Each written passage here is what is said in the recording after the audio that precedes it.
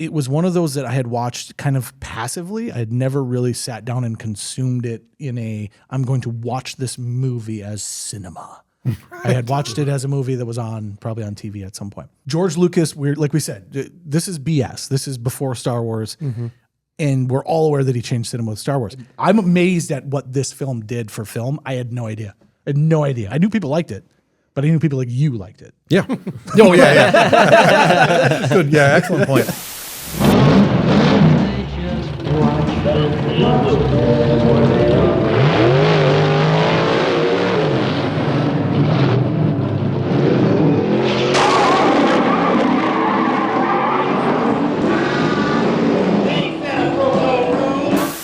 Welcome to the iKnowBadeaux podcast. Hey, everybody, and welcome to the iKnowBadeaux podcast, coming at you from the Slice on Oak Studios. I'm Mayor Dave Badeaux, the city brainer. With me, as always, is my brother. Yeah, I'm going to stop you there. This sounds like a bad movie. All right, Gabriel Johnson, save us as always. Dave, how are you? Oh man, I'm privileged, and all other things as well. It's good to have privilege. It is good to have privilege sometimes, not always.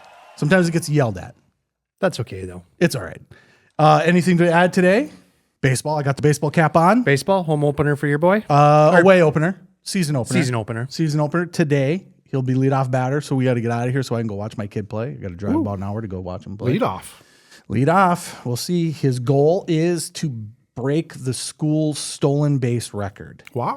Single season stolen base record. It's a lot, so we'll see what happens. We're going to be, that's the only time you'll hear this, and we're going to stay mum. Surprised you're putting it at the start of the season. I'd wait 4 or 5 games in, see if he's got a handful. Well, we're gonna put it out to our listeners, the people that are close. The people that are close to us get to hear this. Then we'll keep silent. Well, let's get. I mean, you got to get on base. You got to get on base. You got to get on base to steal bases. He's got the. Did you see his on base percentage from last year? Not to start off an I saw episode. he batted like 340 and 460 on base. 467 on base percentage. Okay. Yeah. He gets he's on a righty. base. Okay. He's a righty. Yeah. Okay. He's fast as shit. Okay. So yeah, he's a pretty good hitter. So hey, oh folks, it's Kevin Yeager. Yo, here we are, baby. Kevin Yeager, 15 seconds to explain yourself. Go. Well, basically, I get brought in here, it seems like, exclusively for movies. So Yes. here I am again. We're doing another movies. What's your privilege? Oh, and I would say, normally my house is a house divided. I'm a Red Sox fan. My wife is a Twins fan. But we have something in common this year. They both are terrible thus far. By terrible, I mean terrible. Both of them. Hey folks, it's time to go. Yep. Let's do it. And now we're pleased to bring you our feature presentation. This is BS movies. So this category of movies is pre-1977. Specifically, this is before Star Wars. Yes. We made that selection because we're going back on the Be Kind Rewind, and we're going back to 1977 specifically because of Star Wars, because Star Wars changes everything. Mm-hmm. It changes pop culture, it changes movies, it changes television, it changes everything. However, before Star Wars, movies were kind of this grab bag of random, good and bad. Yeah, absolutely. But there was a system put in place way back, at this point, 150 years, maybe more. What was the first film, do you think? Do we know that? Goodness. I don't know. 1800s, but how far into the 1800s? Deep, yeah. We'll say 150 years, on the dot. Yeah. Exactly, 150 years. 1875. Great numbers. But by this point in 1977, there's kind of this, there's still your studio films done on the lots. There's starting to become this little bit of introduction of easy riders shaking things up. And then kind of the 70s hit, and the 70s are brutal. Political energy begins to enter filmmaking. Yes. Yep. And kind of the guerrilla filmmaking is happening as well. And then Star Wars happens, and everything happens after that. The trajectory resets. 100%. The bar is then also set from the graphic side of things to a level untouchable prior to. I would add, absolutely. But before this, you got a lot of back projection. You got a lot of stop animation. And then Star Wars comes in. People are like, oh, wait a minute. We can do more. So the reason why we picked 77 is I personally think if we did individual years prior to 77, we would bore the living out of our audience. But there are a lot of good movies that I think set the groundwork for where we go. So much like we do with the Be Kind Rewinds, this is let's set the foundation and then build our way forward. Are you guys ready? I'm ready. Yes. Okay. We got a handful of films to talk about today, but the first one, and I believe Kevin said this is the one, The French Connection. It's one of the ones for me, The French Connection, 1971. This is, and I actually, admittedly, I threw this into the mix because when you asked me about films, I was on like a Gene Hackman kind of streak, right? He just recently passed, died, all that. But this is absolutely one of my favorite films. If you've seen it, if you've seen any great, gritty New York cops and robbers chase them around, fairly weak plot. You don't need much of a plot when you got a cops and robbers movie. You need a bad guy and another bad guy who's actually the good guy. Yeah. And that's basically what you got with The French Connection. But this is absolutely, by far, in my opinion, his best film. And he makes the film. And he was not even close to the top 10 in the first choices for the actors of the role to play. Oh, really? No, not even close. Not even close. Not to even the close. top Paul 10. Newman was the close, and was actually the desired Jimmy Doyle. And now watching the film, I could not even fathom Paul Newman playing Jimmy Doyle. So. Yeah, very interesting that because it is a Gene Hackman role. Now having seen it, I can't imagine a lot of other actors playing that particular character. Yeah, I mean, there's been lots of cops like that. Yep, but the way that he is, like you said, Popeye. Yep. Jimmy Popeye? Jimmy. Jimmy Popeye Doyle. What a great name. And his partner is Cloudy Russo. Buddy Cloudy Russo. What a great combination. There's your gritty Popeye and Cloudy. Yep, Popeye and Cloudy, yep. So interesting about this film, like you said, you've got your gritty New York. I would actually say this is kind of the start of that gritty New York scenario. Yep. Sure. 70s are heavy on the gritty New York, and I actually love it. I think it is one of late 70s, early 80s, dirtball New York is my favorite time era ever. It's agreed. It's fucking scary. It is. It is fucking scary. It is. Yep. Yeah. So it'll be fun to get into those films as we go. The Warriors. I don't know if you're a fan, if you partake in the Warriors, stuff like that. But even like your Taxi Driver and those films, it all comes from this level of grit from New York that you didn't really have prior to this. And again, it's 1971, so it's pretty early in that whole trajectory of films going out and getting the actual stuff within these cities and stuff. Yeah, and zero PC. So it's kind of before the era of where they, filmmakers started saying, oh, okay, maybe we shouldn't say this, or maybe we shouldn't do that, or this. This is kind of in that era where it was a filmmaker or writer's basic free-for-all to tell a story however you like it or don't like it in a manner with basically no blowback, I guess.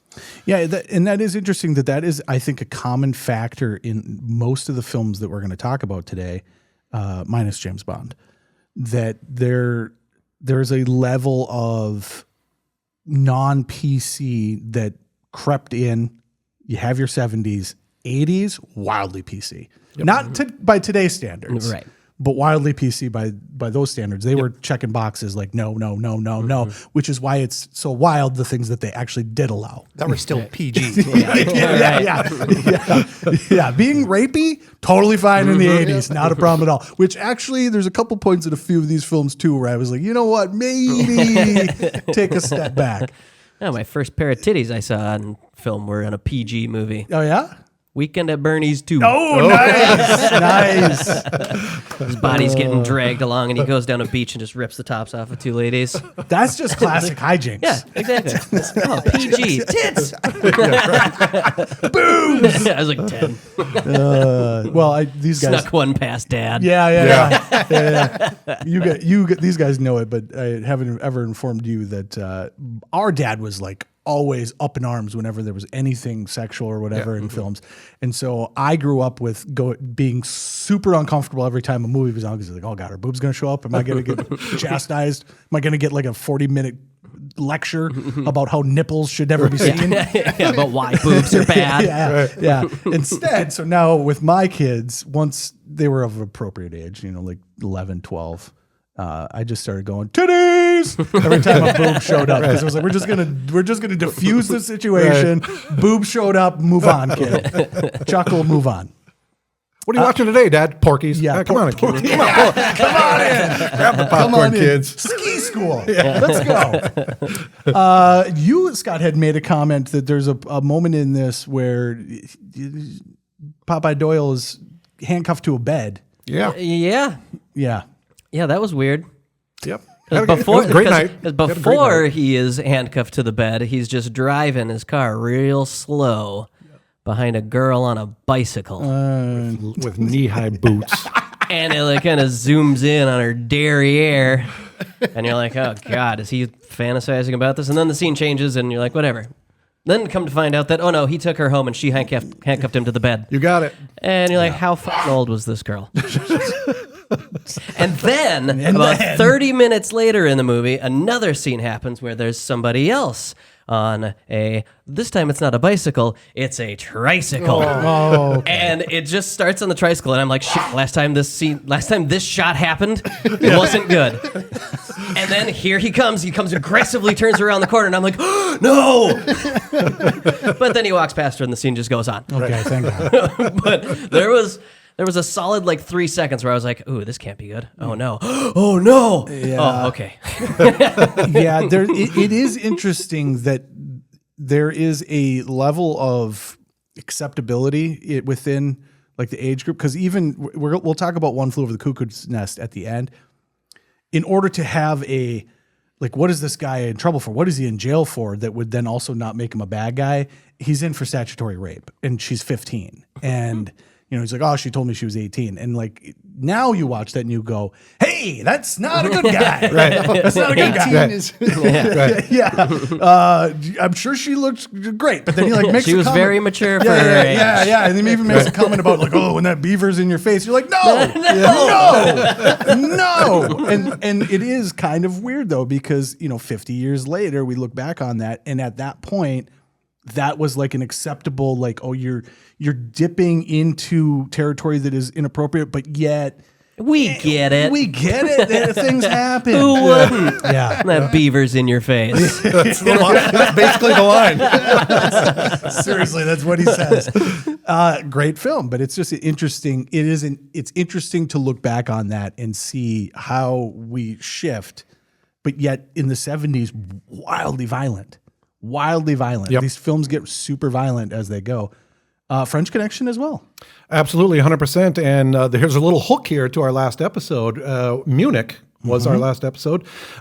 Steven Spielberg saw this film and was inspired by the French Connection to then create Munich. So crazy. There's a crazy connection there. Took him 30 years to. Yep, exactly. But you can, now knowing it, you Yeah. can see the two and you can see some of that graphic violence. You can see some of the filmography and all of that.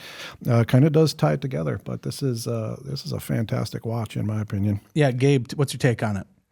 Love it. Yeah. I've never seen it, but I love Gene Hackman. Okay. Yeah. Okay.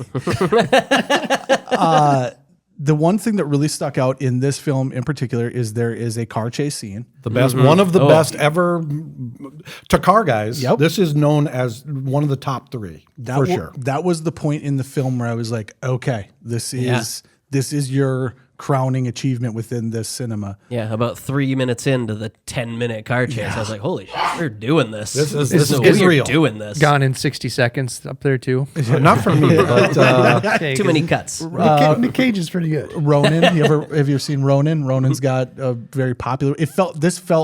I was watching this after having watched Ronin so many times. It's like, oh, Ronin was just kind of riffing off of this, but they didn't have a permit to actually film those. And so they were the roads were blocked off, and they had gotten the police on board. But you watch that, and there's a couple times you're like, dude, you almost took out infrastructure. Yeah. Yeah, there's some bad stuff. Yeah, Close calls, bad stuff. This is a raised railroad. You crash into that, and that's a problem. That's not like, hey, we should probably put a cone on that. No. We should probably shut the train down in the middle of New York. Yeah. I was surprised to see that there's also a French Connection 2. Yes. Technically a French Connection 3, but I think that one is made for TV. It is, if I'm correct. and not great. French Connection 2 is very good, though. In fact, I would argue that Hackman's greatest acting scene of his entire life is within that movie, but it's vastly different. At this point, Popeye Doyle is a drug addict in the second film, and that plays actually a huge part of the writing in the second film. But it's really good, and he gets his man. I was surprised that I really enjoyed the second one. I may even think that I liked the second one I better. would say it's very close. They cleaned up some of the loose ends that French Connection created. I don't think they really anticipated the French Connection 1 was going to be as big as it is. And they're like, okay, hang on, we got something here.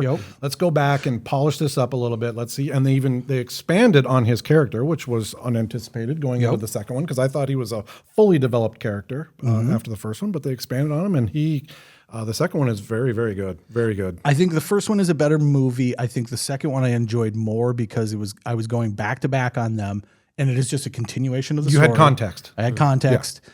And then it does what I love, crescendo, baby. Big one. Just we go. Film done, move on. Yep. Film done. And I got done. The heroin part of it really put me in a mindset of like, okay, this is, because before that it feels like, all right, we're doing a sequel. And then they purposely get him hooked to heroin. Yeah, when I said drug addict, I failed to mention that he was actually, that it was imposed upon him. Imposed upon him. Yeah. And I absolutely agree. So I was surprised by that. Let's do it. Ratings. Star, no star? Star. Absolutely, 100% love it. Star, and I'm going to give it 1.5 stars because the second one is great as well. So you can watch 2 movies in a row. And it wasn't overly long. Nope. So it started out, this was actually 2 something? Yeah, this was to me 2 movies. Okay. And they were actually 2 different movies. So good job on that. Yep. 4 stars. Yep. Okay, let's move on. 4.5. 4.5, but that was really a joke. Oh, good for you. We're going to shift gears a little bit. This is kind of your gritty New York. But before we got to gritty New York, we were full on swinging 60s. And ladies and gentlemen, Bond. James Bond. And this is specifically, we're going to start with On Her Majesty's Secret Service. Whoa. Okay. Now, here's why we're going to start with that one. Because it is very well known in internet circles to be the outlier of James Bond films because it is the only one that has our man, George Lazenby. Who's not even an actor. He was a model. He was a model. Yes. They saw him in a commercial. Correct.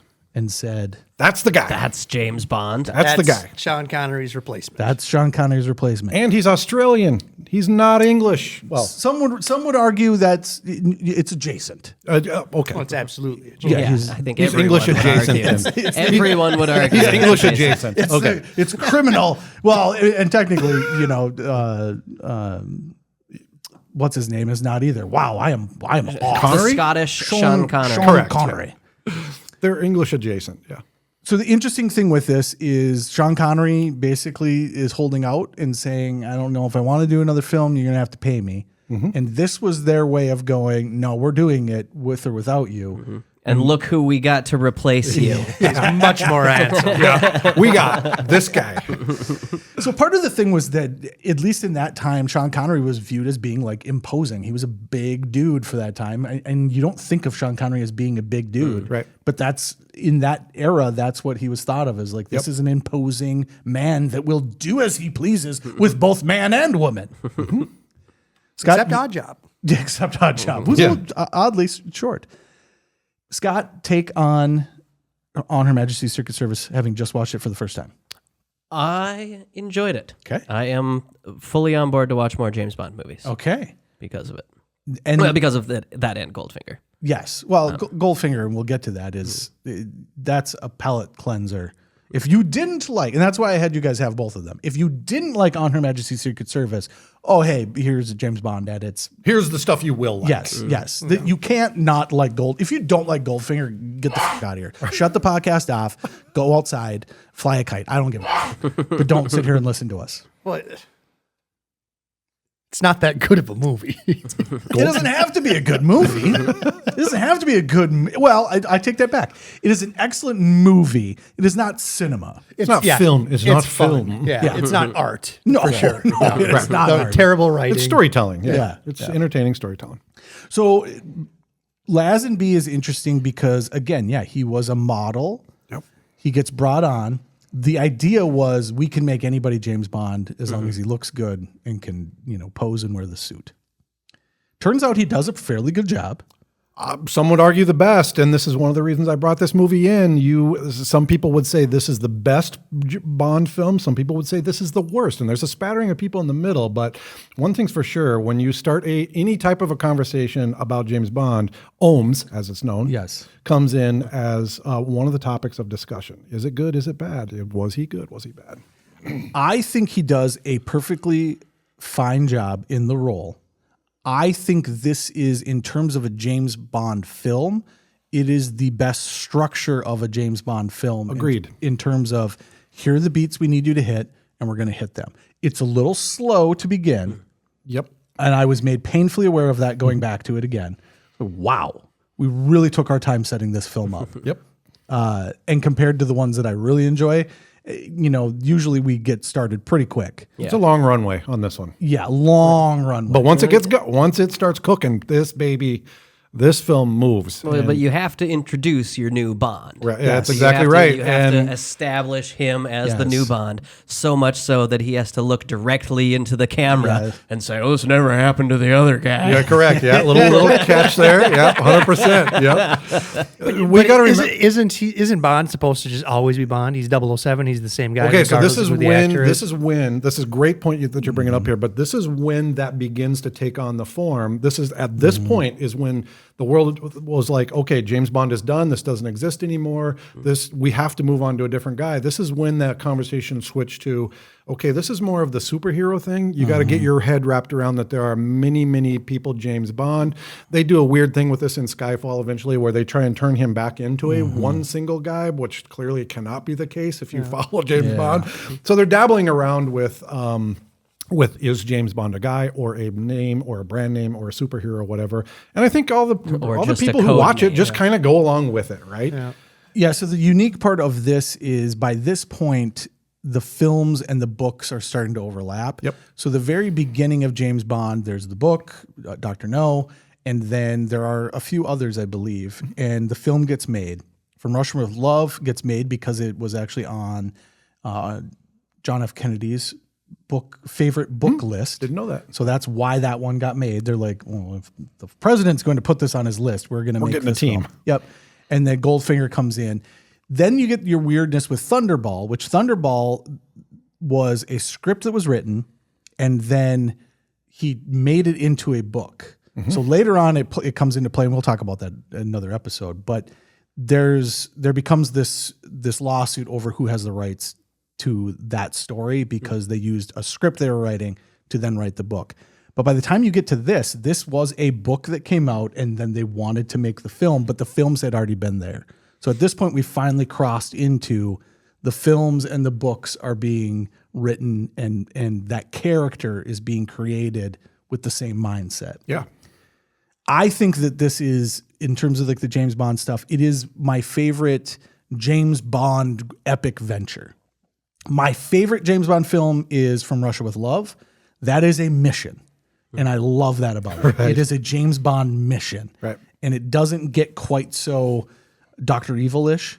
However, last night with the family, I watched You Only Live Twice. I fucking love that movie. That is a good one. And it is 100% Austin Powers. Like if you have seen Austin Powers, you get all of the bits that they just were like riffing off that movie, including the volcano layer. Right. But it's such a fun tale for James Bond, but I like when there's kind of like the mission. And this is kind of a bridge in between the two. A little bit. Yeah. Yep.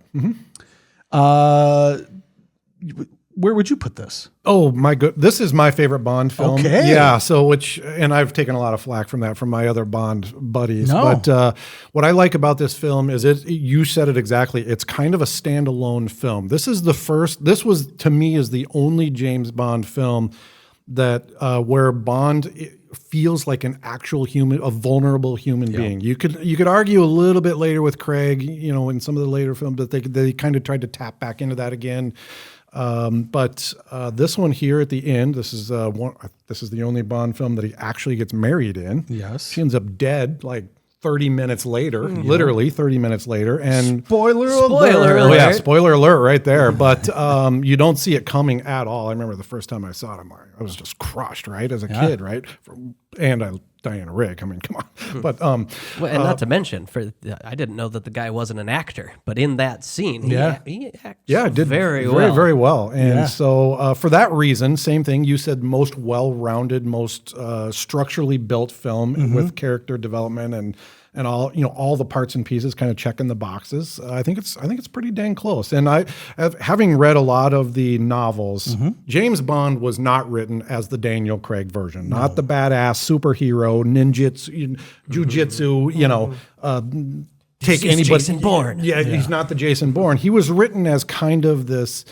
Drunk womanizer. You got it. That would get out of a fight by pouring hot coffee on somebody, not like pure brute strength and that kind of. He would outsmart guys to get out of a fight, that kind of thing. So. And that's kind of where this intersection of things kind of happens, where you see where Bond goes in the films, where it almost becomes more comical. Yep. And the book version, you're absolutely correct. He's an English gentleman. This is a man, I told you, they talk more about what he eats in ridiculous detail about the food that he's consuming. And how he dresses. Yes. Yeah. Every time. Then they do the action of things. And typically the way that someone dies in the film is creative, but it's creative in a way that isn't quite so outlandish like in the movies. Right. No gadgets in this film also. This is a standalone, no gadgets. I am a big fan of that as well. Not that I don't like the gadgets. And probably the best line of any James Bond film is when Q says there's an ejector seat. And he just says, ejector seat, you must be joking. I never joke about my work, 007. It's the best line in any film because it's like setting you up for that's fucking ridiculous. However, why would you have a passenger seat ejector seat? to get rid of all the bitches. This bitch didn't die like my last wife. See you later. Okay, but that's in Goldfinger. That's in Goldfinger. And when it finally comes time to use the ejector seat in Goldfinger, you're like, this is it. He's going to use it. He's going to shoot that guy off the thing. and he presses the button, and it just like, boop. It just like barely shoots him off. Like he barely clears the roof. He like tumbles out.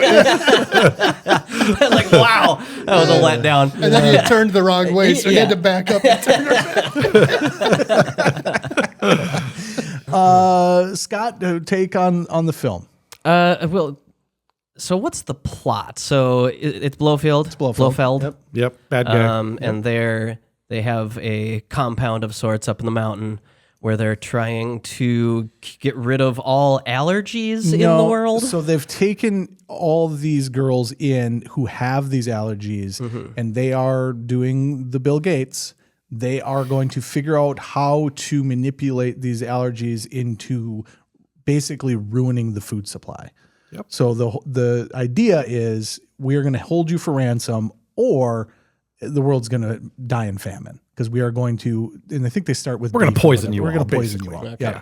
So the allergies are just to get that specific deformation within these females to get to get the women. Yes. Up there. Yep. And it works very well in then allowing you to have 12 very attractive women. Oh yeah, that's the one shot of the movie where like each in their own room. This is a Bond movie. But you come in, and so he's a spy. He's supposed to be this doctor, geneticist or something. He's actually a genealogist. He's actually a genealogist who's coming up there to work on a total ruse, right? He's going up there to work on some genealogy stuff. Right, but it's, of course, just a ruse to get him in there. And yes, the greater plot, as always with almost all great Bond films, is there's the world's going to end. Yeah. It's hinging on this one guy. And that's the basic plot. Yeah, so there's the scene where you first see all the girls. Yes. And it's just the wide shot, and 12 girls walk in, all of them color-coded. Yeah. So you can tell them apart. Yes. Yep. Smart. But then my absolute favorite part of the movie that I have rewound 100 times is the dinner scene. So they're all sitting, there's 2 tables, each has like 8 people at it, whatever, and they're bringing plates. And every girl gets their own specific plate, and it makes sure to show you the plate of what's on the plate. So the first one comes down, it's like, what is that, just nothing but fried food? The next one, you're like, is that just chicken? Yeah. And there's like some banter back and forth or whatever. And then there's a quick rapid shot, a couple of rapid shots where a plate goes down. I'm like, oh, that's naan bread. For the Indian. Oh, rice for the Asian. I'm like, what is that? A plate? And then I go, what is that? Just a plate of bananas? Oh, no, it's for the black girl. Oh, no. A plate of bananas. That was it. That's all that was on it. And then it pans up and it's the black girl. I was like, what? You can't do that. Oh no! And that's the close. And that's the shot is her taking the one banana just because it shows the bananas, and you think, is that just a plate of bananas? Oh no! So that will not become a short. The consumers of the full podcast will get to enjoy that. I will not clip that and put that just on the internet. All right, I'll do it. It is really funny because, of course, they're leaning into the Asian girl can't eat rice. That's her allergy. Right. Yeah, but okay, maybe dial it back. You know what? Let's just yank that. Let's take that lever and pull her back a few notches. Yeah, the naan bread for the Indian. Okay, it's bread. Rice. A lot of people eat rice. A plate of bananas. Oh shit! Oh God. Well, see you later. I really enjoy this film. It is interesting to me. I've seen it so many times because when you're a Bond fan and you consume them like I do, which is probably once a year, I go on a kick where I'll go through 6 or 7 of them. I'm on that kick right now. Thank you guys for putting me back on that kick. You start to see there are good ones and there are bad ones. There are a handful of real stinkers. There's some clankers in there. Yeah. I have been on record as saying that Pierce Brosnan is one of the weaker Bonds, not by character, but by film base. He's got one great one, which is GoldenEye, which I hold very high because it is Bond versus the anti-Bond. And that and From Russia with Love, those 2 films, I love that trajectory. When you've got Bond, I read he was never given a script. So he was kind of at the mercy of bad writers. Yeah. Well, and so much so that it's interesting that the first film is actually an Andy Dalton film. GoldenEye is supposed to be Andy Dalton. There's a writer's strike. It gets stretched out from 1989.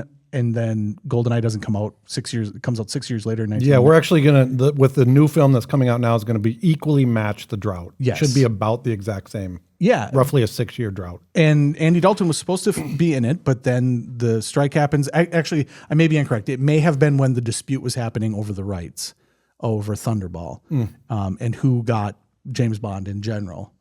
And because of that, Dalton says, I'm moving on. And it is interesting that when people look back at things and they go like, oh, Andy Dalton was a terrible Bond. They only had him to. No, he was on board to do more.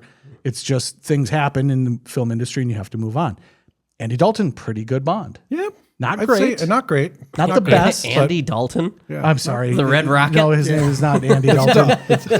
What is his full name? Dalton, right? It's Dalton. What is Timothy Dalton? Timothy How many Dalton. times did I say Andy Dalton? Great question. I was just going along with you. I didn't want to. I just assumed there was 2 Andy Daltons. I thought it was a nickname. Yeah. That is not surprising whatsoever. But similar with this, there is a specific reason why Lazenby didn't continue forward, and it was to his own doing. Yep.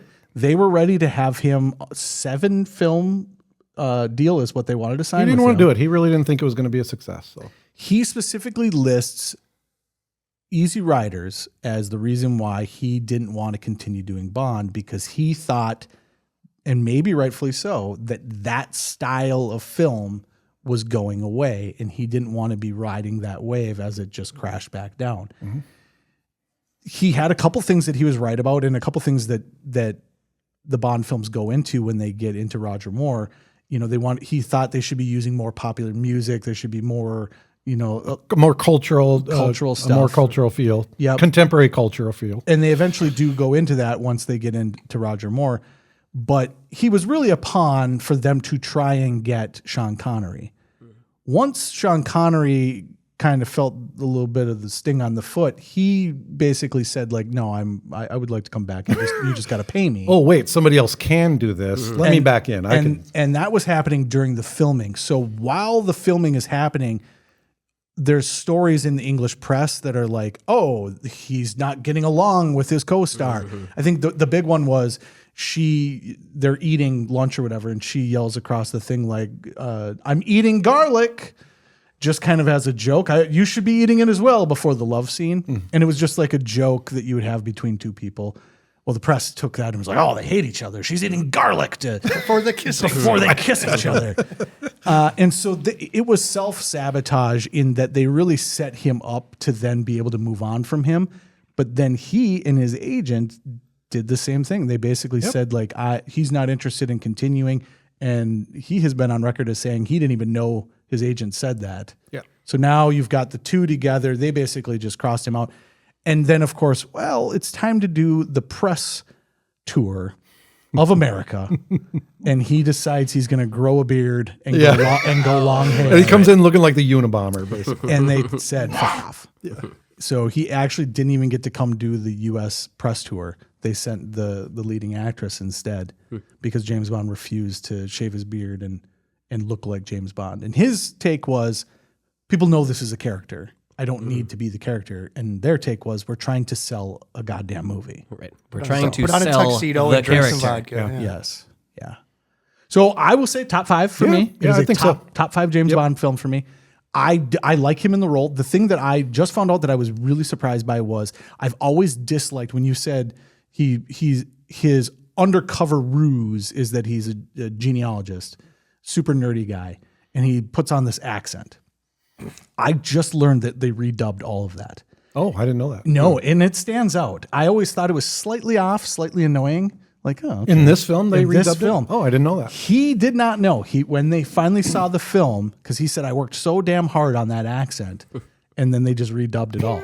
So Didn't know that. Yeah, so he's not actually the guy speaking in any of the parts where he's pretending to be. But he is in a kilt. Yeah, but he is in a kilt. Of course. That's interesting because in both this movie and Goldfinger, there were a handful of clear ADR moments where they recorded something afterwards where it's like, it's behind the guy, but you could still see part of his mouth. And you're like, he didn't say any of that. Yeah. I learned some really interesting things about From Russia with Love after this as well. So when we do a full Bond episode, we'll get into that. But yeah, that stuff is so interesting. Yeah. The scene you said where he acted the shit out of it, where she dies, he said, I practiced that so hard, and he got it down to where he could cry, right? And then the director was like, James Bond doesn't cry. Right. So he spent all this, here's this model. He's like, this is the scene. Yeah, right. I've got to nail this scene. Nails it, and they're like, nah, James Bond doesn't cry. Yeah, he plays it very hard at the end. Yeah, more James Bond-esque. Yeah. I really, really like that final scene. Yeah, it's fantastic. I think it was a great performance. It's just small, little thing. Yep. Just, she finally gets what she wants at the end. Seems like he finally is going to get what he wants at the end. When he says to her, we have all the time in the world now. We have all the time, or whatever the line was. It's like, Yeah. It's heavy. It is a great standalone piece for James Bond. And then it worked very well that then they were able to clip it and move on because Sean Connery's there. They had thought that could potentially be the cold opener for the next film. But as soon as you make that decision that we're going back to Connery, you got the problem with the guy. Now that's got to come into the end of the film, which I think, again, Hollywood sometimes stumbles into the right answer. So let's move back then. The film directly before, or not directly before this, but the film that is widely known to be probably the most accessible of the James Bonds of the Sean Connery is Goldfinger. Yeah. So let's chat about that super quick. Gabe, you did consume this one. I had never watched a Bond movie in my life. Love it. So this is your first take. I couldn't imagine. First take, and it was because it's Bond and because he's so immersed in our culture that it was familiar. Like I understood the cultural references and everything that was taking place, and it was like I had seen it. But fantastic movie, fun ride. I watched it with my 8-year-old. Yeah. He was ready to pop another one in right away. Yeah. He thought it was really cool. Yeah, you tell him that I have every single James Bond. Oh, I did. And some of them multiple times over. Goldfinger's interesting. It is Sean Connery. It is the third film. First film, Dr. No, the basis of the character and what the films will become are there. Spectre is there. Yep. Their Spectre agent is there, Dr. No. You got your evil layer. You've got your chaos scene at the end. And then you've got kind of your ramp up with your beautiful ladies along the way. It's like a check minus to me. It's Connery, so it's high on the list. But then it's to me not the lowest of the Connerys. To me, that's Diamonds Are Forever. I would agree with that. Okay, but it is not the meteoric that comes after. From Russia from Love is, like I said, it's like a mission, which is cool. Goldfinger is like, okay, we did that. Now let's go back to what the first film is and blow it up. I was a little surprised that because he's a spy, right? Mm-hmm. You could have fooled me. Right?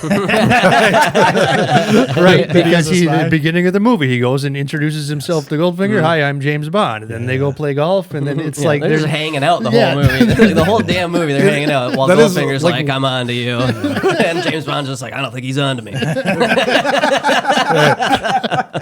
Well, they addressed that a little bit. In the second film, the whole plot is that the British will know this is a trap, but the British take that as a challenge. So there's kind of this bravado. It becomes a bit, really, Yeah. I'm James Bond or I'm not James Bond, but they play it off as both parties know exactly who they are. And it's kind of this corny repeating bit that seems to track through all the Bond films. Yeah, not for the world's greatest spy. Not the world's greatest spy. Yeah, when everybody knows your name. Right? Well, then even like towards the end when they're on the horse farm and his buddies, his senior guys in MI6 are at the fence with their binoculars and Goldfinger and everybody can just see them standing. That was an issue I had with a lot of the movies we watched. The French Connection, this movie, and then what's the George Lucas movie? American Graffiti. American Graffiti. Continuity wasn't a big thing back then. Not the continuity, but the fact that people just stand right outside a window watching somebody and the other person can't see them. Like in the French Connection, they're like trying to see what these guys are doing. I'm like, you're just on the other side of the window from the restaurant. Like all you have to do is turn. You've been standing there for 45 minutes. Longer than that. French Connection, like the sun goes down, it's dark. The people are inside eating, doing some European long dinner, and he's just out there. Like I think he starts with coffee, then he gets a donut. Then he's on his third course as well. Meanwhile, he's literally just standing outside of where they're. He's on the sidewalk outside the window. He's 4 feet away from him. In the 3 hours you were having your meal, neither one of you turned your head. Said, what's with this guy? Yeah, same guy. Same guy. Oh, he's got coffee now. Right. Yeah. No, I completely agree. It is interesting though, and part of it is leaning into being a film as well. But Goldfinger is a fun character, at least I believe, in terms of a villain. I thought he was a fun villain. He's great.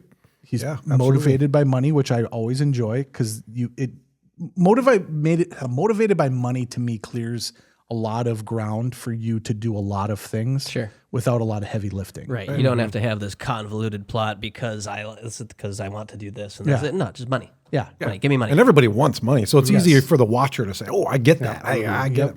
Yeah, and then murder becomes very easy because I don't know if you know this or not, but a lot of the times when people get murdered, it's because of money. Like a lot, like an alarming amount of time. And his Grand Slam plot was really clever. He wasn't going to go into Fort Knox and steal all the gold. Nope.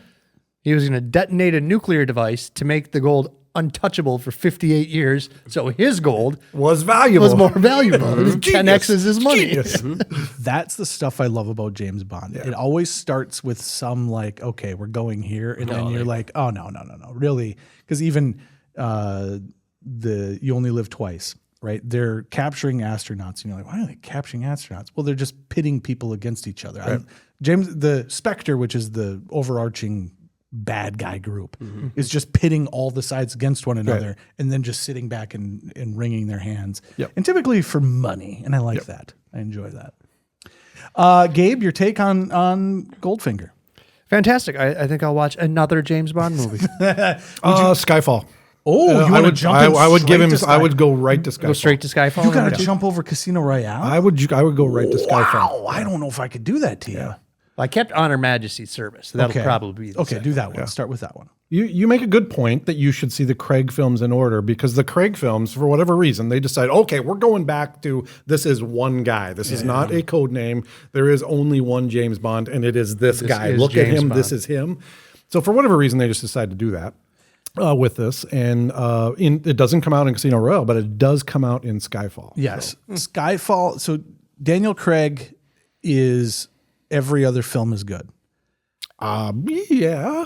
I don't want to get too far into it because we're just really just doing a James Bond podcast right. But Quantum of Solace is one of my least favorite James Bond films, and it's the second one, and it goes like directly after the Casino Royale, and then one of the best, and then you're like, oh, this is gonna be great, and then about halfway through you're like, oh, this isn't any good.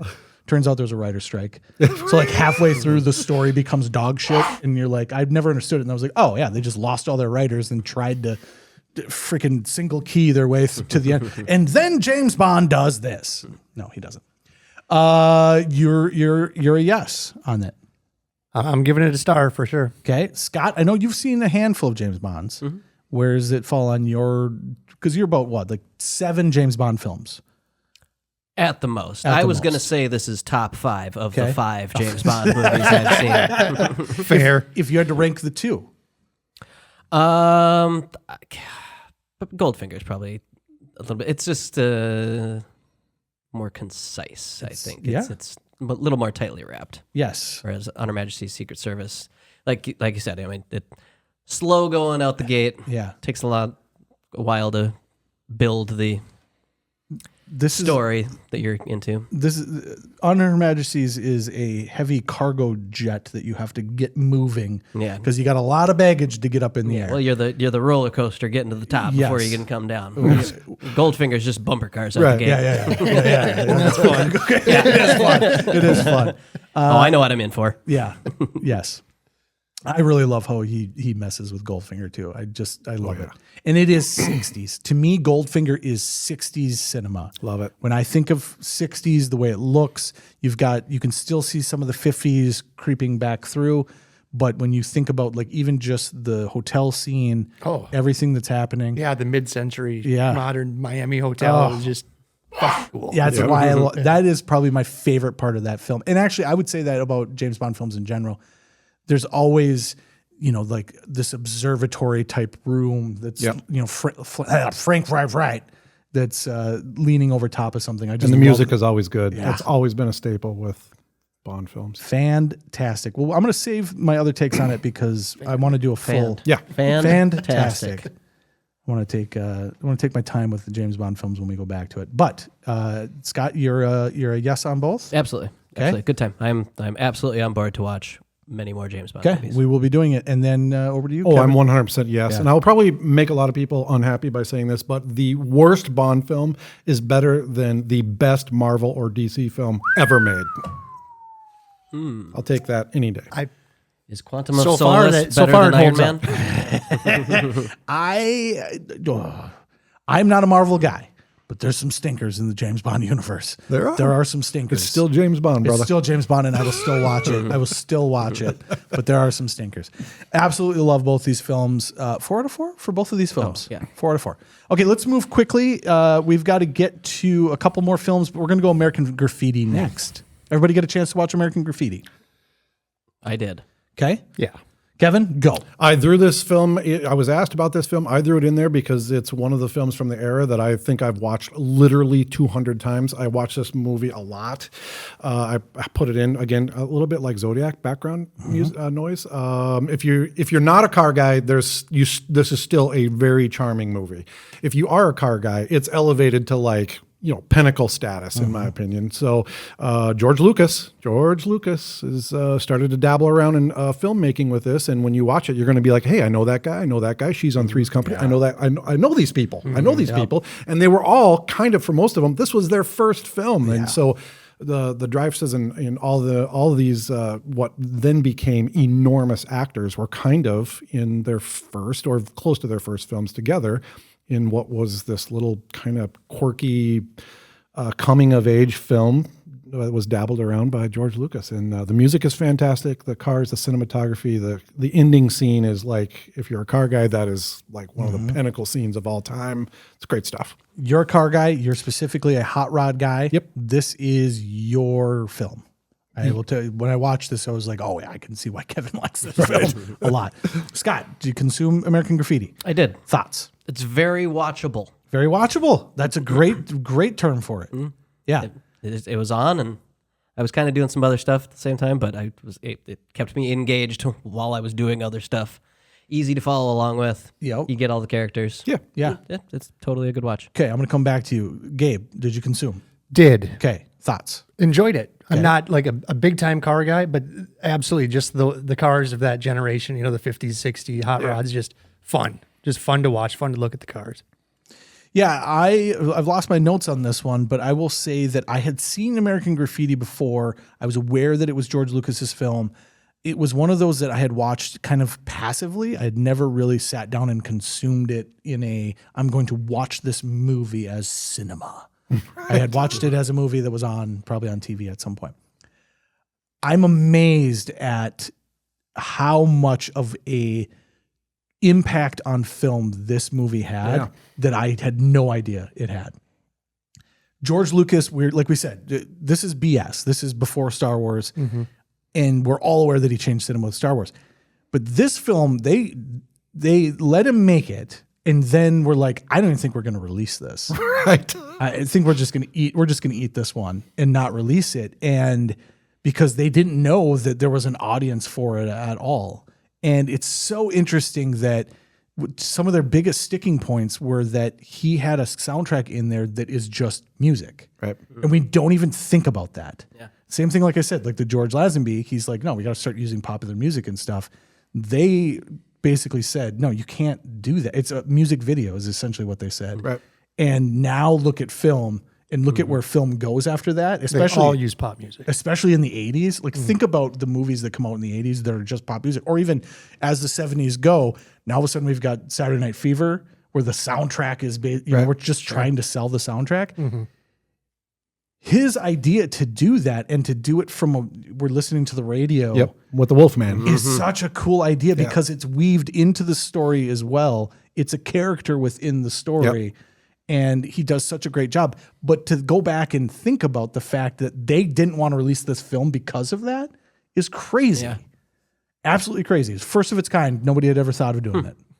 And George Lucas kind of became known for doing that kind of thing, first of its kind of stuff. So, but you can kind of see, I say this to other people and they're like, well, I don't get it, but you can kind of see the makings of Star Wars. You got a good guy, you got a bad guy. They're kind of, cars kind of become the spaceships. You can kind of see the makings of equipment and people and a good guy, bad guy, and with a big fight at the end, that kind of thing that leads up to, the race at the end. So you can kind of see what he's got cooking in his mind. He just did it. Obviously, it's in many ways obviously different than Star Wars, but you can see kind of the storylines that he was playing with. Yeah, the cast is great. Yep. I've always had a hard time taking Ron Howard seriously. He's such a dork. You and me both. He is such a dork. I agree. Even as a director, we've talked about it. Get the fuck out of here, Ron Howard. Just get out. Go home, Opie. Hey, Opie. It's Opie. He cannot break the Opie. It's the Opie curse. Get out of here, Opie. Right. He is a doofus. Yeah. Not even just Opie, but then Richie Cunningham. Yeah. In Happy Days, he's just a big dork there too. That's all you see. So what came first? Did American Graffiti or Happy Days come first? Do we know? It's got to be American Graffiti. It's got to be because Happy Days feels very reductive to this. It does, yeah. It feels like you created that based off of this. Okay. I didn't look into it, but it feels like that.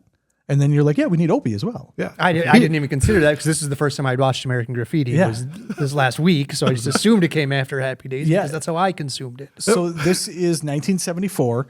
It's based in, or it was filmed in 71, or how does it work? Not sure. Anyways, the whole thing is, where were you in 62? So that's it's supposed to be 1962. One of the things I found wild, and this existed until very recently, is this is looking back at 1962 from 1972. Right. A decade. That'd be like us looking at 2015. Okay.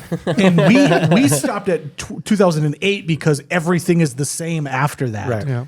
We're 15 years in on it just being the exact same thing. This film is made in a way that is like, this is high nostalgia. Yeah. From 10 years ago. 62 to 72 was whiplash culturally in America. And that's excellent point. Yeah, and it gets right into the ending as well. But part of what he was showing was that this was a bit of time, right? That he was obsessed with. This was who he was. He was the guy cranking on the cars, being the mechanic, and this was his culture in California. He was one of these dudes cruising around, and then it all changes. And it's really interesting to me to think about that. Like, even if you made a movie about the 80s and the 90s or the 2000s in 2010, there'd be a gulf, but not to that extent. Yeah. Where this is culturally so significant that the guys that were in it were pissed that they had to cut their hair, because by the 70s, you're like, no, I need to have long hair. So much so that the reason why Han Solo has a hat Bob Falfa in this film. has a hat on the whole time is because he refused to cut his hair. And so he's like, well, what if I just wore a big cowboy hat? So the whole reason he has a hat on in the film was because and it was like his first role. Like he had like the greatest agent of all time. Yeah, Like, and okay, we know this is his first role, but he's not cutting his hair. I'm just going to be 100%. He had quit acting to become a carpenter, had a family, and said, no, I'm making X amount of dollars per week being a carpenter. Like, we'll match it. Okay, but I'm not cutting my hair. Sold. So Harrison Ford wears a large cowboy hat in American Graffiti because he did not want to cut his hair. Right. And they were like, you know what? We need Han Solo on this film. It's a great bit of cinema. I really enjoy it. It's been redone now multiple times in that you get your films in the 90s especially. This is 100% Dazed and Confused. Yeah, absolutely. 100%. Yeah, just a night after graduate or after whatever in the middle of summer. Yep. It's been done countless times, but he does a great job of it. It starts in the evening. We're getting going. Yep. It goes through the whole night, and then it ends in the dawn. And then where are we going? Well, this is what every kid did back then. Yes. So it was an easy sell to the palate, because every kid got in a car and cruised up and down the road and listened to the radio every night. So everyone could associate with what they were seeing here. So you were a product of the 80s. I was born in 73. Yep. So you're teenage years of the 80s. But when in my childhood, being a car guy, it could just be because I was a car guy. I wasn't into sport. I wasn't into sports, but for me, I was a gearhead, and that's what we did. We just got in cars and wrenched on them and drove up and down the street all the time and chased girls and all that dumb stuff that we did. And it was basically this just in the 80s. So we had a strip in Brainerd. Gabe, were you ever a purveyor of the strip? I was up and down the strip a couple times. It's got to be Washington, right? Is it Washington? It was Washington. It was Washington. Downtown to the movie theater. Yep. Okay. You'd downtown, you'd get on Washington Street, you'd go to the movie theater, you'd turn around and you'd come Sometimes back. you'd go park in McDonald's. Yep. McDonald's. Until the cops run you out. Yeah. A lot of Pizza Hut, a lot of people parking in the Pizza Hut. Yeah. Very interesting though, because that's 90s. That's 97 probably. Pushing 2000. Yeah, 97, and we were still doing that. And it's in this film, and it was the same thing. You'd be creeping nice and slow. Where are we going tonight? What are we doing? Where's the party at? You pull up next to your buddy. Wait, who you got? Where are we going? People jumping out of the car and jumping in the car. Yeah, switch it up. So it's very interesting to watch that happen in the 60s, because you look at that. That's 30 years later, still doing the same shit, but at the same time, wildly different 10 years later. Right. Scott, any last thoughts on American Graffiti? The radio guy, Wolfman Jack. Wolfman Jack. Real guy, real radio Real guy. dude. Okay. That's really Wolfman Jack. Really? Yeah. Oh, I did not know that. Yeah. Because my question was if that inspired at all Reservoir Dogs. Oh. You would think it would had to have. I got a feel Yeah. of that Yeah. You know, I thought of Reservoir Dogs while I was listening. You know, it's not the smooth sounds of the 70s, Yeah, but yeah. it's kind of the same. You have The that DJ behemoth. just on the whole time. Yeah, well, and George Lucas has talked about it where these were people that you felt were basically your friends. It's like people talk about with podcasts. It's like, I listen to these people talk all the time, so therefore they become kind of like my friends, but they don't even know I exist.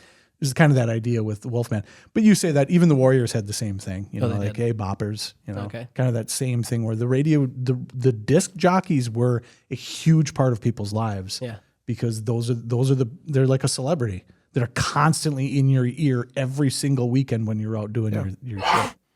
So I will say, I had not thought of this as a film that I would even remotely care about. I watched it back to back. I watched it two times in a row and then watched the commentary. So I got done consuming it, started it back up and watched it again, and then consumed George Lucas doing the commentary. It's a fun commentary. It's really good. Because George Lucas how many times you get to listen to George Lucas just talk about his film without it being, you know, because George will do a lot of interviews. Yeah. And people kind of lead him into things. This is him just going like, no, I was like 28 years old. Right. You know, and I think Low budget. I don't remember what the budget Yeah. was, but it was astronomically Yeah. low. they got kicked out of the town that they were filming in night one. So they had a town like Pomona or something like that, like said like, yeah, you can come film here. And then all the businesses were pissed and kicked them out. So the very first night they had to then shift to a completely different town to film, which is interesting because, you know, the towns all look the same from the strip side of things. And then also he had said like that shot at the very end where it's morning. Mm-hmm. He With said, Green Onions playing, one of the greatest, greatest music, instrumental only rock and roll songs from the area. You cannot hear that song after seeing this movie and not have that scene instantly pop into your head. well, we're proud of the 90s. Sandlot hits it pretty hard. Oh, with Green Onions. Yeah, Sandlot, they're coming rolling on bikes. That's true. Very similar. But the golden hour, the sun coming up, he wanted to shoot it in that exact moment. And of course, you know, you get like 10 minutes of film. Yep. So it basically just kept coming back and back and back to that same thing. And it's crazy. Like you can't recreate that without actually doing it. And so sometimes it takes a young director that doesn't know better to do some of that stuff. And I'm amazed at what this film did for film. I had no idea. I knew people liked it, but I knew people like you liked it. Yeah. Oh, yeah. Good. Yeah. Excellent point. Well, I will say for the fans or the people that hate us and are listening, unlike most of the movies we talk about, American Graffiti is available out on streaming right now. So you could go consume it tonight on Peacock. Yes. It is an appropriate length for a movie. However, it makes the cardinal sin of movies. I knew you were going to say it. I knew you were going to bring it up.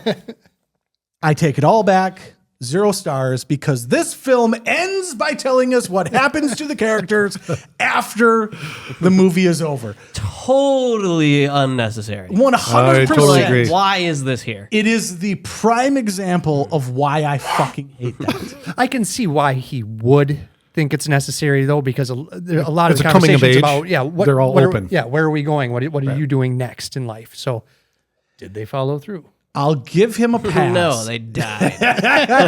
I'll give him a pass on this. It came up and I immediately said out loud, nope, done. Hate it. Hate it. Worst film of all time. Shut it off right there. Start it over.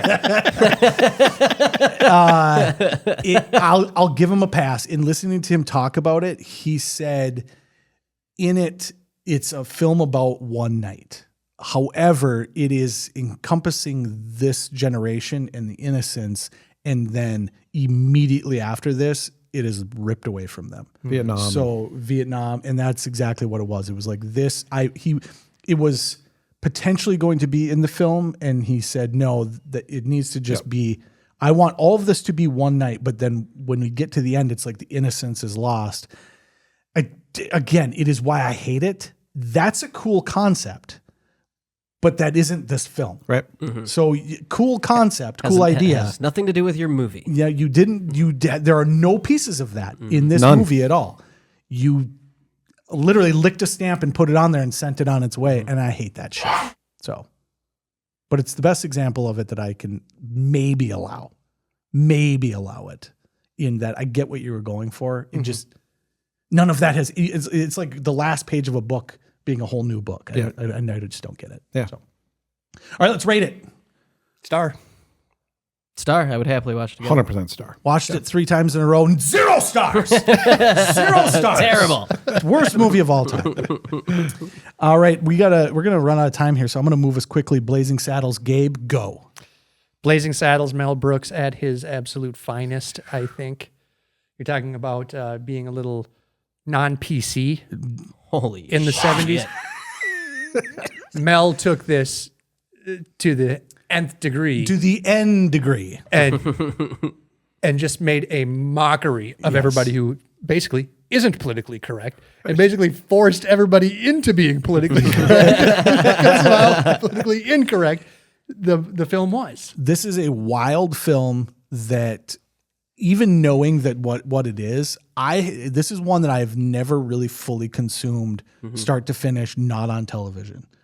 I've seen it, but you can't watch this on television. And that's Absolutely not. That is exactly right. That is my 100% my point, that this is a film that is not the film that I had consumed ever in my life. Having now watched it from start to finish, wow. Holy shit. Yeah, right out the gate, they Yes. slap you in the face. You're just like, oh, holy shit. Yeah. I wasn't ready for that. So and they do it in a way that, because it is about building the railroad. it's about racism. It's pushing racism. It's tipping it on its head and making satire about racism.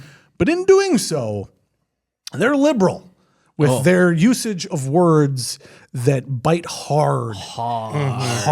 Very hard. Yeah. But I think, as far as I know, I think this is the first film, and it kind of just changed society as a whole. The first film that painted everybody who is a racist is just a fucking moron. Yeah. You're just stupid. Yeah. Nothing more. You're an idiot. It's one of the best lines in the film, and it comes right after the most poignant part of the film. I've never would have associated the word poignant with Blazing Saddles. Well, so Maybe just pointy. Well, Mel Brooks has said, right? All of it is, any time that someone uses the N-word, it's coming from someone that just doesn't know better, is what the way he presents it.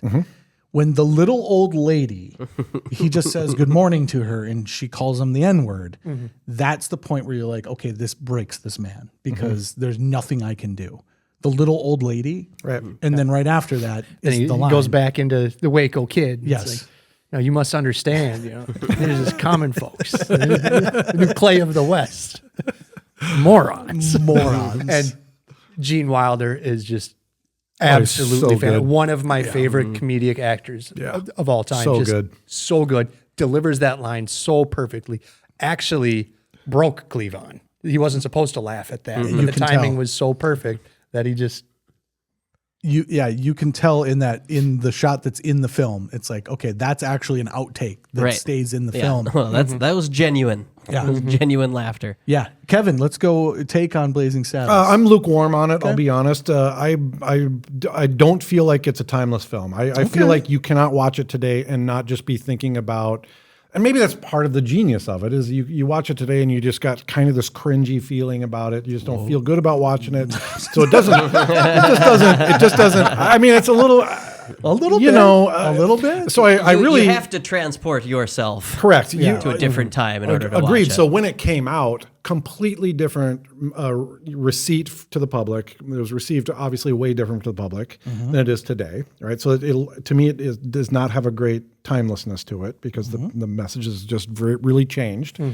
It also, this is one of those films where I feel like a message is being not just given to you, but forced down your throat, bite after bite after bite for 2 hours long. Yep. This is the message again and Yes. again and again.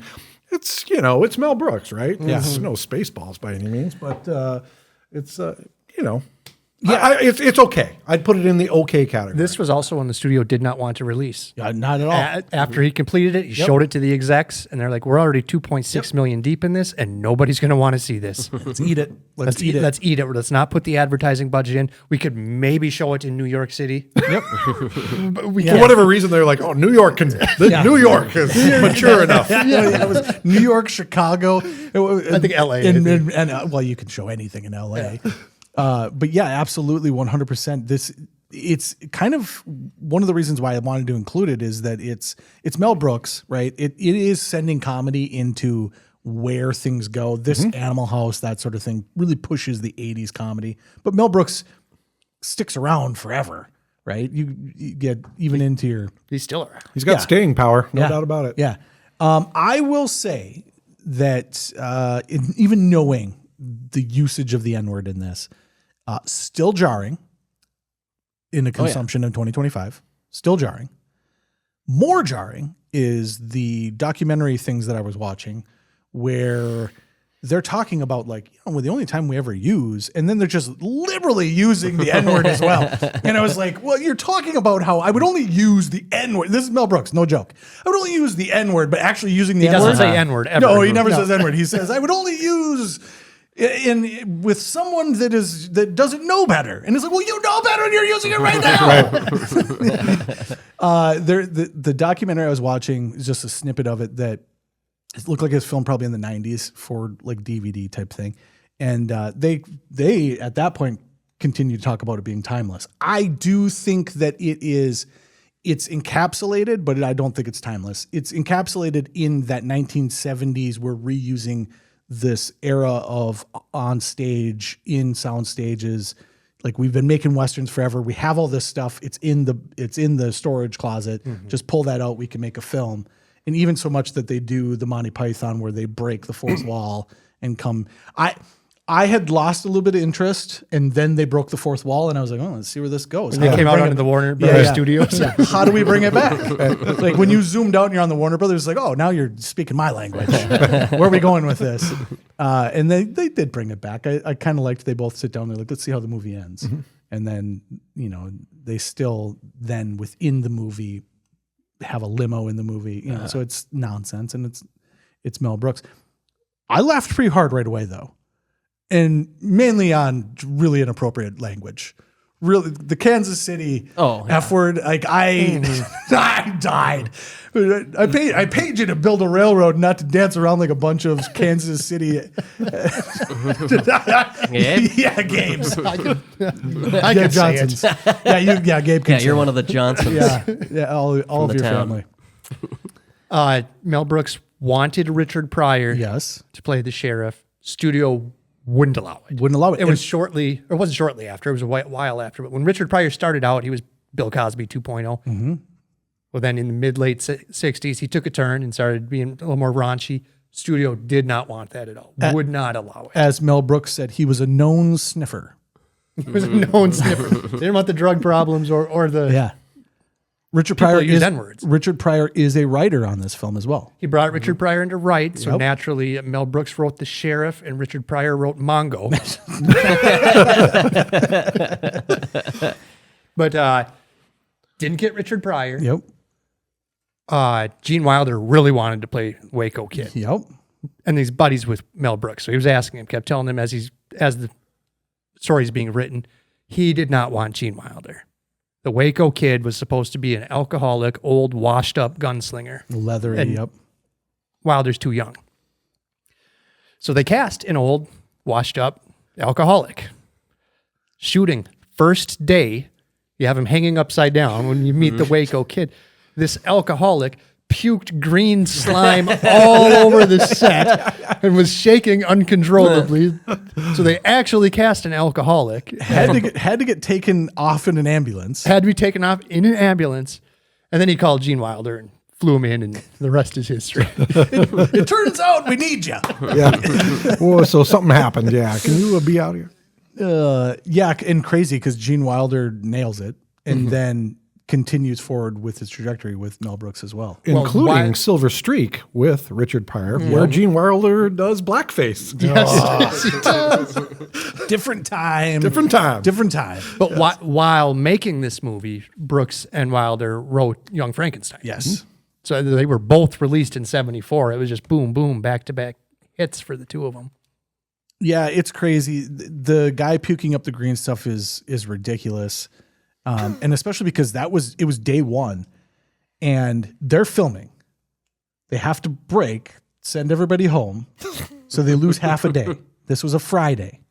Gene Wilder shows up on Monday, and the movie continues. They lost half a day after losing their One of the key guys. key guys. They lose him over the weekend. They're like, "Come on in," and Gene Wilder wanted it so bad that he's like, "Absolutely," and Yep, he I'm was there. he was prepared for it. Continuing on. Here we go. I think he poisoned him. We'll see. Super funny that there's the farting scene where they fart uncontrollably. Oh, After eating beans. all they eat is beans. Yes, all they eat is beans. It's pretty funny when he talks about it. He's like, yeah, cowboys, my whole life, cowboys have just been eating beans. That's all they do is eat beans out of a can. And drinking black coffee. So he's like, we're going to write a scene because obviously after a while that gets uncomfortable. They credit themselves as being the first flatulence in an actual motion picture. It is a ridiculous scene now, looking back at it. It's definitely the first excessive flatulence. Yes. However, evidently it was a riot. People thought this was the funniest thing ever. I don't think it's the funniest thing ever. Maybe I'm seeing a lot of farts in my day. We're desensitized to farts. However, on TV, the scene plays out. All the fart sounds have been removed. That's just silent. It's just silent. So it's just a bunch of guys standing up with their beans and lifting their leg. And all you can hear is like horses neighing in the background. So they took the mix. They took all the fart noises out and left all the other sounds. That's hilarious. Yeah. Honestly. Unbelievable that, we can't have that, folks. But then not just cut it out of the movie. Which is what they did Right. with- The whole point of the scene is that it does nothing else. Yeah, You it's can just not- get rid of it. It would it's do not nothing to the advancing movie. any story. The whole point was we're the first to do flatulence in a motion picture. This is critical to the plot, guys. Come on. Critical to the plot. 100%. I liked it. I actually thought it was really, right out the gate, I was laughing hard, and mostly because it was super inappropriate, and we don't get any of that anymore. Knowing some of where it goes, I thought the main actor, and I'm sorry for not writing it down. Cleavon Little, yeah. Wow. Perfect for that role. Great job. Perfect for that role. And just has like this cocky swagger about him. They made a TV pilot called Black Bart, which is a similar concept. However, it was separate from this. It was one of those things where it was like a black sheriff in the Old West. Well, we gotta like cut it into Blazing Saddles somehow. So they gave it the title of Black Bart as well, but it isn't actually associated with it. On the DVD that we have, the whole pilot episode is on there. Oh, wow. I consumed it. I didn't really enjoy it. But it was an interesting little bit of history. All right, let's wrap this one up. Blazing Saddles, let's go. What do we got? I loved it. Mel Brooks, anything he does gets a star from me. Okay. It's the first time I have, like you said, the first time I've ever actually like sat down and really watched it. And right out the gate was like, oh Jesus, Yeah. okay, this is what we're doing. We're going. Yeah. This is what we're doing. I might put this over Spaceballs for myself. Okay. I watched Spaceballs a couple of weeks ago. Yep. And I mean, I like silly. Yeah. It's But pretty it's silly. really silly. Yeah. I don't know. Probably definitely not over Robin Hood Men in Tights. No. But I thoroughly enjoyed it. I think my favorite one of my favorite things about it is the use of the word shit. Yes. They do such a good job with Yes. just the word shit. Yes. Where the guy's talking in town and all of a sudden a bunch of people come riding in, and instead of being like, oh, we got to get out of here, he just goes, oh, shit. Like, there's so many moments where that was the punchline was shit. Or like the fucking toll road. Oh God, that's my favorite line of the movie. God. It's my favorite line. Somebody's got to go back and get a shitload of nickels. It's dimes. But yeah, dimes. yeah, Get a shitload of dimes. I wrote it down right here. It is my favorite line of the movie. Somebody gonna go back and get a shitload of dimes. That's where you had me back on board. That whole character, I think, Yes. is my favorite character in the whole movie. 'Cause right out the gate, he comes out with the Kansas City line and just everything. man. What in the wide, wide world of sports is going on here? I fucking love that guy so much. Every time he talks. And just a literal cowboy. That is a legit cowboy that was in a bunch of westerns And they got him on to kind of ground us back and kind of keep us on that track. Remind us we're in the Wild West. Yep. Yeah. He just pulled up in his RV and stayed on set, just out in the wilderness with his campfire and his dog. And his beans. And literally in his beans. The true story. Yeah. It's so freaking great. All right, let's go. Give it a star, no star. Star for sure. Star. A half star. Okay. You know what? I go half star? I'm going to go half star as well, and we'll give it a 3 because it did lose me halfway through. I got up and walked out of the room and let it keep playing. I kind of rate films by would I watch it again? How long do I want to go without watching it again? And I'm good on this one probably once in my life. I would watch it again. I actually agree. I think it's better than Spaceballs. It's not better than Robin Hood Men in Tights. That's because we were young when that one came out. Right. And it is poignant for the time. What they were trying to do was important. Yeah. However, with a lens of 50 years going back on it, it's super hard, especially super hard to watch. That's how the world has changed. Right? Yeah, it's super hard to watch people talk about it and continue to use the word that they're like, nobody else can use that. We're using it for a point. It was like, you keep saying it. You keep saying it. Stop saying that word. Stop saying it. But I read a Roger Ebert recap of like the 25th anniversary of it back in like the 90s. And he claims this is the first movie where you had the black and white partners. Mm-hmm. And it's the first time where the white partner just accepted the black man as his equal from the get-go. Yeah. So like all the old Sidney Poitier movies and stuff, he spent half the movie having to prove himself. Yep. And this time it's like, nope, it's just two equal guys from the start, go. And it still continued into the 80s too. There is a lot of films from the 80s that have the black character and the white character that you still have half the film is them butting heads and then finally coming together. That's an interesting take on it. Yeah, I agree to that. So it's a very important film. It is a very funny film. I laughed very hard. The middle third of it lost me for a while. She was nominated for an Academy Award for her role as the Von Strusen, the singing lady. Yeah, she was nominated for an Academy Award. I found that to be almost insufferable. I think that was kind of the point. It was because she comes out to this group of horny guys that are just like, give us some action. And she comes out singing fucking terribly about how she's fucking used up and tired. It's everything from the waist down doesn't work. Like, and all these guys are like, woo, yeah. It's a solid bit. I'm not saying it's not a solid bit. I'm not saying she didn't do a fantastic Academy job. Award. Academy Award is a stretch for something that I was like, take it or leave it. For one little scene. I got it from the first time you had the lisp, right? I didn't need 20 minutes of that. So, all right, folks, we are completely out of time. I got to go. My son is having a baseball game, and I'm already going to miss his first at bat. However, I do want to say super fast, One Flew Over the Cuckoo's Nest was the last film on the grouping. Let's just give it a star, no star. One of my all-time favorites, Yes. 2 stars. I haven't watched it in 20 years, but 20 years ago it was in my top 4. Yeah, 2 stars. I totally agree. Yeah, so I just watched this last night with Maverick and Callie. I will confidently say that this is my favorite film of all time. I'm not kidding. All time. Wow. I had always put it in my top 3. I'd always said Big Lebowski. I love Eternal Sunshine of the Spotless Mind. I just think in terms of a film and actually having a product that can only be consumed in that particular process, I just love what they did with that film, and I think it's a very fun film. And then I would always throw out One Flew on the Cuckoo's Nest as my curveball to people at the end, and people always go, "Oh, wow, That's really?" what I did. Yeah. Watching it last night, it is so enjoyable.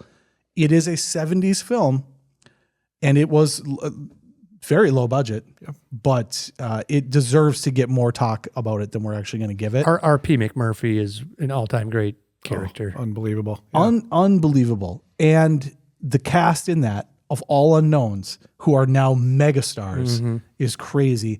But I will say that it's an enjoyable watch all the way into the point where it becomes a 70s movie where it becomes very dark. And then the uncomfortable end, almost. Uncomfortable. And then the end is just, you want to talk crescendo? Yeah. Literal crescendo, music blaring off into the sunset. It got done and I was like, this is my favorite film. It honestly is my all-time favorite film. So, got lots more to talk about it, but we'll have to do that another date. That sounds like that's That's 17 stars on that one, folks. Thank you to Kevin Yeager. Yeah, absolutely. Kevin, we're going to have you back. We are going to do a draft of directors at some point. wow. So we're going to bring you back almost immediately for that.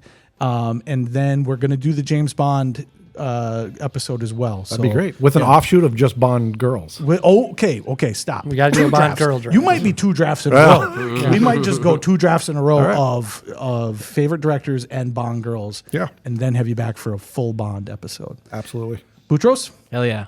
thank you, sir. And Gabriel Johnson, Thank you, Dave. favorite film of this grouping. Cuckoo's Nest. Cuckoo's Nest. Yep. All right, folks. We'll be back next week. We're back into a game probably, and then the news, and then the normal thing. And then, of course, we're back to 77.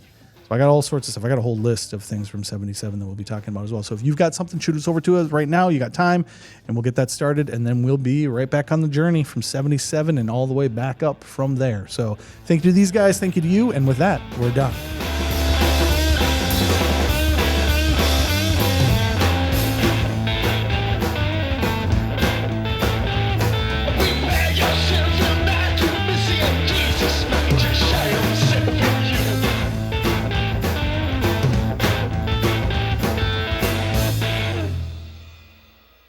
So super fast. Cuckoo's Nest, I was amazed at some of the stuff that happens in that. First of all, I didn't know that it was Michael Douglas was a producer of it. So his dad, Kirk Douglas, bought the rights to it almost immediately after the book came out, and then went and made a play in San Francisco. It's known for as a play first. Yeah, stay in here. Stay in sorry. here. Yeah, it's known as a doing an play offshoot? first. Okay. And it was Kirk Douglas that started that. I think they did a 5-month run with that.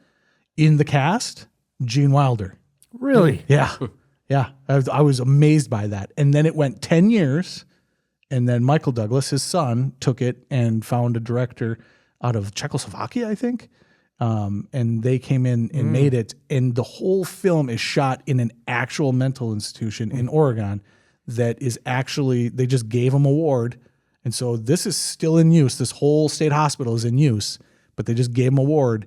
And they spent multiple days, weeks even, just hanging out with the actual patients. And the guy that plays the, what do you call it? The warden, essentially. That is the actual warden of that institution. Mm-hmm. He plays himself, and he paired actors with various different characters that he felt would be their, psychosis, and had them, they just sat with them and sat through things. And then they would just improv those sections where they're doing the actual. It's a good group of actors. It's unbelievable. Yeah. It's unbelievable. The thing that I didn't notice until I heard the director talking about it was they took one camera and they would point it at the actor that they needed to get the footage of. And then the other camera would just slowly kind of find different things to look at. So they could piece in during that the psychosis of people. And so it wasn't just the story that's going on. The story is all these other characters. And that also then kept the actors locked in. You don't know where the camera's going to be on you. Yeah, stay into it. Yeah. Stay in character. Yeah, I know Ken Kesey wrote the book while he was working at an institution like this. Yeah. So he was a janitor or whatever, but he just saw all this going on, and he's a crazy good writer and just created a good story out of it. Best picture, best actor, best actress, best director, best screenplay. Okay. Pretty hard to miss. And yes, the answer to that is yes. For a low budget film shot in a mental institution in Oregon, just unbelievable. And one of those films, which how I grade on how good a film is, you leave the film in an altered state. It's in your mind for days, where you're kind of coming back to it. You're in an altered state. You go in, and they did this on purpose. They could only afford Jack Nicholson as the named actor, but the purpose of that was, this guy, and he's going into a world of unknown. And so the rest of the cast was all people that were basically unknown. And then you yourself as the viewer are going into this world that is unknown. And then they do such a good job of just making you interested in these characters. Yeah. And it's enjoyable. It's an enjoyable experience. It's funny. Yeah. And then much like the 70s, it takes that turn and it just goes like, this is, all right, here's the point in the movie where we have now shifted. And then from that point building itself, I just love it. I love the experience. That is cinema to me. Yep. It is an experience that I enjoy from beginning to end, and then in the end, you're exactly right. Like, man, Yeah. You get to see your lead character that they spent the first 2/3 of the movie making you basically fall in love with, this lead character. You get to see him systematically taken apart kind of as it leads to the end. And it's gut-wrenching. And she's evil, but she's evil she's doing what she thinks is right. In an administrative evil. Doing her job like the Nazis. No, she believes in her work, right? Too. That's just it. They never do the thing where like the camera holds and she doesn't glare once he turns his back, or she doesn't like give you that. A lot of films malice, right? A lot of films would show you the malice. She never has malice, even when the end happens. There's no malice. It's just you realizing that's a fucking terrible human being. Yeah, it's a terrible. She's human just being. a cold. She just believes in this. She is just a cold person. Crazy. Jump up and put her in the basket, Chief! Huh? Jump up and put her in the basket! Not you, Mancini.